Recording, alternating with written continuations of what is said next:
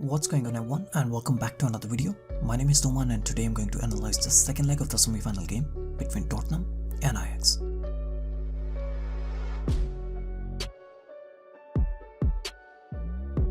So Ajax lined up in their normal 4-2-3-1 formation, which often shifted to a 4-2-4 without possession. While Tottenham on the other hand lined up in a diamond 4-4-2 formation on paper. But on the ground, they mostly kept a 4-2-3-1 formation right from the kickoff, with Dele Alli playing as a number 10 and Eriksen and Son on the wings, and Lucas Moura was used as a number 9. And Tottenham shifted to a back 3 very late in the second half. So Tottenham on paper were lined up in a diamond 4-4-2 formation, but on the ground they kept a 4-2-3-1 formation and Dele Alli was playing as a number 10. And he was given a special job of marking Frankie de Jong. So we can see here Tottenham's 4-2-3-1 formation with Son and Eriksen at the wings and Dele Alli as a number 10. During the build-up phase, Shone often moves high and Frankie de Jong stays back and he helps his team in the build-up. So Tottenham used Dele Alli to mark de Jong and Sissoko to mark Shone. Dele Alli on Frankie de Jong and Sissoko on Shone, and thus Ajax's central penetration is totally blocked. Alli again marking Frankie de Jong and he signals Lucas Moura to press play. It took Ajax a few minutes to find a solution to this problem, but they were soon able to find a solution. During the build-up phase, Ajax normally shift to a 4-1-4-1 formation and Shone moves up to join the midfield line. But since de Jong was tightly marked, so Shone started to drop back during the build-up phase to create 2v1 against Dele Alli. Sissoko could not move with Shone because whenever Sissoko tried to move with Shone, Tadic immediately dropped in the midfield from the left wing and he started creating an overload with Van de Beek. Thus Sissoko was forced to stay back and Ajax had 2v1 against Dele Alli to build their play. Frankie de Jong is asking Shone to drop back to create the overload against Dele Alli. Alli is still trying to mark de Jong, but now Shone has also dropped back and Ajax now have 2v1 against Dele Alli. Onana's pass to Tagliafico and Tagliafico's one-touch pass to Shone, and Ajax are easily able to break Tottenham's marking without using Frankie de Jong. Ajax have mostly used Tadic as a number 9, but for this game he was shifted to the left wing position. Dolberg played as a number 9 in this game, and his position created some very good chances for Tadic. Dolberg had positioned himself in between the Tottenham centre-back and the full-back, which forced Trippier to move narrow. Dolberg has positioned himself on the outside of the centre-back and thus Trippier is forced to move narrow to cover any through balls. If Trippier doesn't move narrow and instead moves out to cover Tadic, then Ziyech's through ball to Dolberg will give him a clear path to run at the Tottenham goal. And also, as a defender, your first job is always to block the central passing options and force the opponents wide. So Trippier moves narrow to cover the through ball option and that leaves Tadic totally free on the left line. Tottenham's winger in this case should have helped Trippier defensively. Hugo Lloris makes a wonderful save to deny Tadic. Ajax scored 2 goals in the first half, and they extended their lead to 3-0. Trippier failed to cover De Ligt for the first goal, and Wanyama went to sleep for the second goal. Trippier is caught out of his position, and thus one of the centre-backs is forced to move out to cover Tadic, and the other one is trying to cover the run of Van de Beek. Ziyech signals Tadic to play the ball in front of Wanyama. Wanyama was ball watching the whole time, and he never checked his shoulder to see Ziyech's run, who made a free run from the blind side. Wanyama never checked his shoulder to see Ziyech's run, and Ajax scored the second goal. Ziyech often cuts in from the right wing to exploit the space in front of the goal box. Tottenham's defenders are falling back to cover the 6 yards area for a potential square ball, but Ziyech once again signals to play the ball in front of the goal box.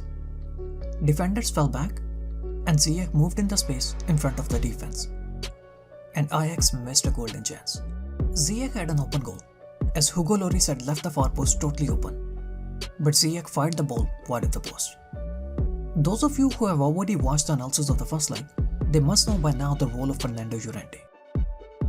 Tottenham tried to use Fernando Llorente in the first leg as a target man to bypass Ajax high press, and Llorente did a very good job by winning 100% of his aerial duels. But for this game, Llorente was on the bench during the first half, and Tottenham once again struggled to deal with Ajax high press. Creating overload in Tottenham's half, and blocking the passing lanes of the man in possession. Ajax created the overload, they blocked the passing lanes and won back possession in Tottenham's third. Again, forcing Tottenham to go long, and since Tottenham did not have Llorente as a target man, Ajax often were able to win possession.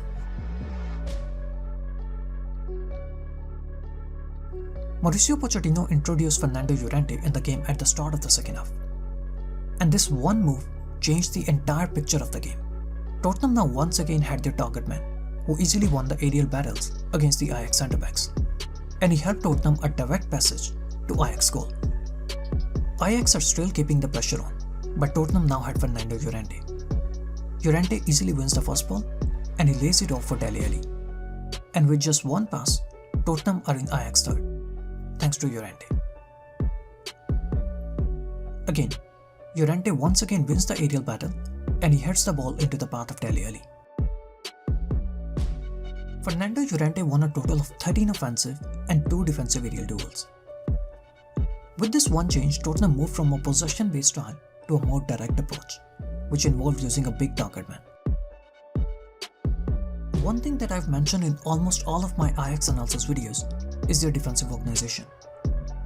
I have talked about the distance in between the lines in my previous videos as well, and we saw that same issue in this game as well. Again, the front players are not dropping back, and Dele Alli has found so much space in between the lines. Passing lane to Dele Alli is available, and Blind is now totally confused as he has no idea whether to step out of his line to cover Dele Alli or stay back and cover Lucas Moura. Blind steps back and he is asking his midfielders to close the gap, but no one tries to close the gap, and Dele Alli receives the pass with time and space. Son makes a near post run and he takes De Ligt with him, and that opens up the space for Dele Alli to pick Lucas Moura in the space that was left open by De Ligt. Son's near post run takes the centre back away and he opens up the space for Lucas Moura. Second half, same issues for Ajax and too easy for Tottenham to catch Ajax.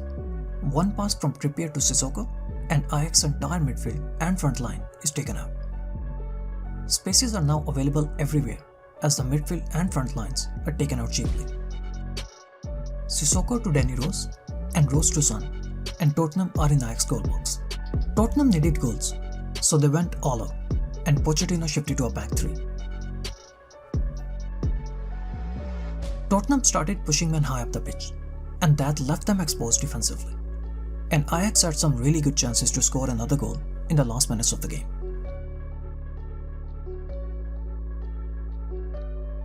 Again, 1v1, and Ajax once again failed to score the goal. Ajax couldn't take their chances, but Tottenham did, and they won the game in the stoppage time. Mauricio Pochettino's second half change of introducing Fernando Llorente made a huge impact on the game. Overall, it was a very entertaining game for the neutrals, and now we have 2 English teams in the final. So what is your prediction for the final? Comment below and let me know. Thank you so much guys for watching the video. Please don't forget to like and subscribe.